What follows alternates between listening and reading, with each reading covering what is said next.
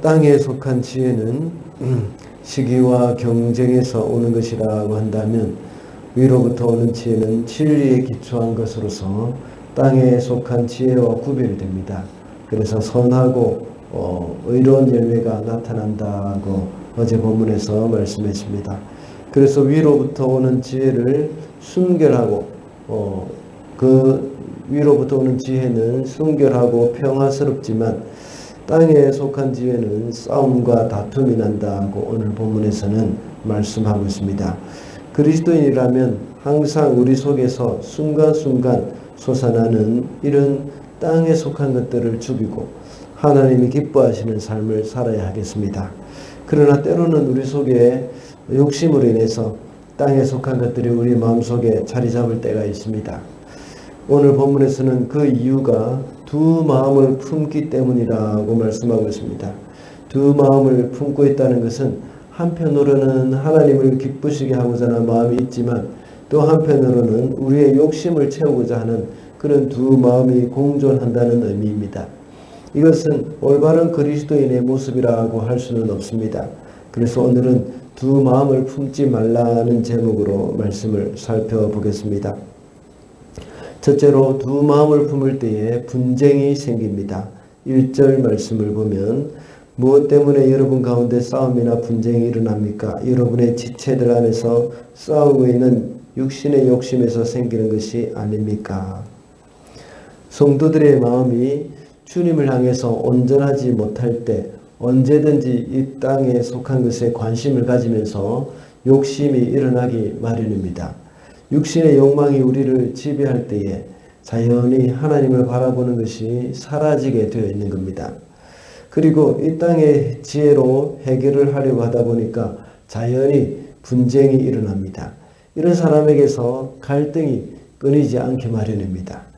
노조와 회사 측, 이 갈등이 바로 이런 욕심 때문에 일어나는 것이지 않습니까?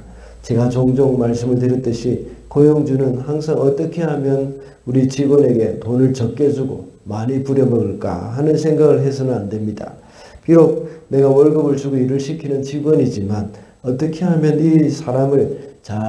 이 직원을 잘 섬길 수 있는 것인가를 생각하는 것이 바로 그리스도인으로서의 고용주의 마음이 되어야 합니다. 그리고 또 반대로 직원은 내가 어떻게 하면 이 일을 좀 적게 하고 편하게 하루를 때우고 퇴근을 할 것인가를 생각하면 안 됩니다. 내가 일을 더 잘하고 사장님의 비즈니스가 잘 될 수 있도록 내가 최선을 다하겠다 하는 그런 마음을 가지는 것이 바로 그리스도인의 마음가짐이라는 것입니다.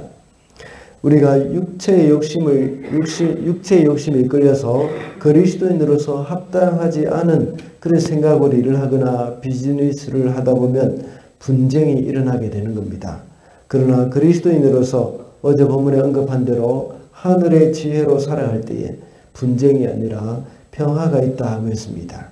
이런 모든 분쟁은 바로 육체의 욕심에서부터 일어나서 우리의 인간관계의 화평을 깨뜨리게 합니다.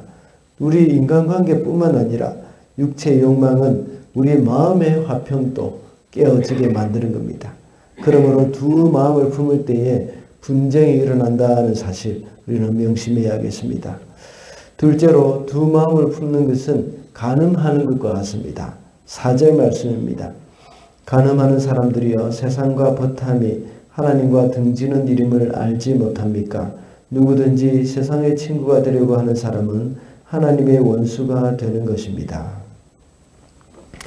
방금 읽은 4절에서 간음하는 사람들은 문자 그대로 육체적인 간음을 행하는 사람을 가리키는 말은 아닙니다. 이것은 하나님과의 맺은 언약을 깨뜨리고 영적인 타락을 일삼는 그런 사람들을 일컫는 것입니다. 다시 말하자면 육체의 욕망을 따라서 세상을 좇는 그런 그리스도인들을 가리키는 것이죠. 이런 사람들이 바로 두 마음을 품는 사람들입니다. 결혼을 한 사람이 배우자를 놔두고 다른 이성의 마음이 빼앗긴다는 그것은 간음하는 것과 마찬가지죠. 그래서 야고보 장로는 간음하는 것, 거기에 이 비유를 하고 있는 것입니다. 하나님을 섬기는 사람이 세상의 것을 좇는 것, 그것을 간음의 비유를 하고 있는 것입니다. 이와 같이 성도들도 역시 두 마음을 품는다는 것은 하나님만 섬기고 사랑하는 것이 아니라 세상도 함께 따르고 사랑하는 것, 그것이 바로 성도들에게 있어서는 하나님에 대하여 간음하는 그런 행위라고 볼 수 있습니다. 육신의 욕망을 충족시키기 위해서 세상에 보타는 것, 이것이 바로 영적인 간음입니다. 신랑 되신 예수님을 완전히 무시하는 행동이죠. 주님이 우리와 함께 하시고 우리를 떠나지 않는다는 그 말씀이 우리가 아무렇게나 살아도 된다는 말씀이 아닙니다. 계속해서 이 야고보서에서 강조하는 것은 바로 우리가 믿는 만큼 행동이 따라와야 한다는 것을 계속해서 말씀하고 있지 않습니까? 그래서 우리 성도들이 하나님을 섬긴다면 하나님만 사랑하고 하나님만 따라야 한다는 것을 계속해서 강조하고 있는 겁니다. 성도는 우리 주님의 신부로서 신앙의 정조와 그 지조를 지키며 살아가야 할 의무가 있습니다. 성도는 우리 주님의 그 순결한 신부가 되도록 날마다 우리의 겉사람과 속사람을 부지런히 살피고 주님을 위해서 우리를 단장을 해야 하는 겁니다. 그래서 우리 속에 있는 육체의 욕망이 우리를 이끌지 못하도록 해야 한다는 것입니다. 오직 신랑 되시는 예수님만 바라보고 그분께만 소망을 가져야 합니다. 그것이 바로 이 땅에서 살아가는 동안 두 마음을 품지 않고 살 수 있는 방법입니다. 마지막으로 성도는 하나님께만 복종을 해야 합니다. 7절과 8절입니다. 그러므로 하나님께 복종하고 악마를 물리치십시오. 그리하면 악마는 달아날 것입니다. 하나님께로 가까이 가십시오. 그리하면 하나님께서 가까이 오실 것입니다. 죄인들이여 손을 깨끗이 하십시오. 두 마음을 품은 사람들이여 마음을 순결하게 하십시오. 방금 읽은 본문에서는 악마를 물리치라고 말씀하고 있습니다.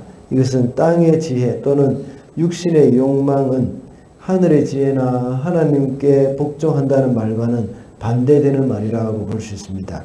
이러한 세상의 것, 마귀를 물리칠 수 있는 방법은 바로 하나님께 순복하는 것입니다.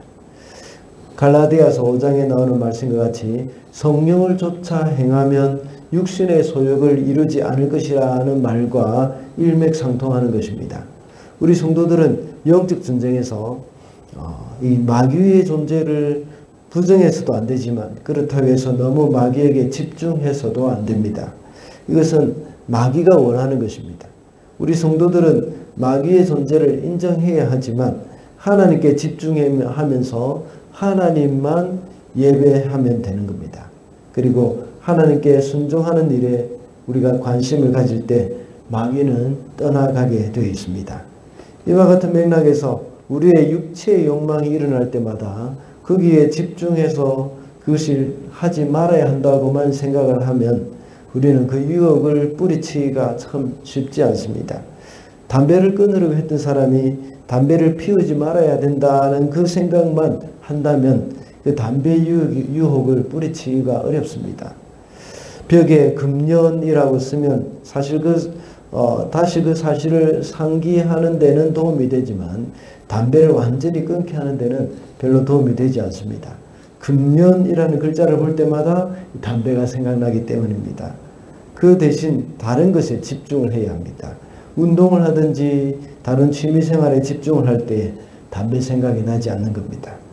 이와 같이 두 마음을 품지 않고 마귀의 유혹이나 공격을 이길 수 있기 위해서는 하나님께 복종하는 일에 관심을 가져야 합니다. 어떻게 하면 하나님의 말씀에 순종하면서 하나님을 기쁘시게 할 수 있을 것인가, 거기에 늘 관심을 가져야 하겠습니다. 말씀을 맺겠습니다. 오늘은 두 마음을 품지 말라는 제목으로 말씀을 살펴보았습니다.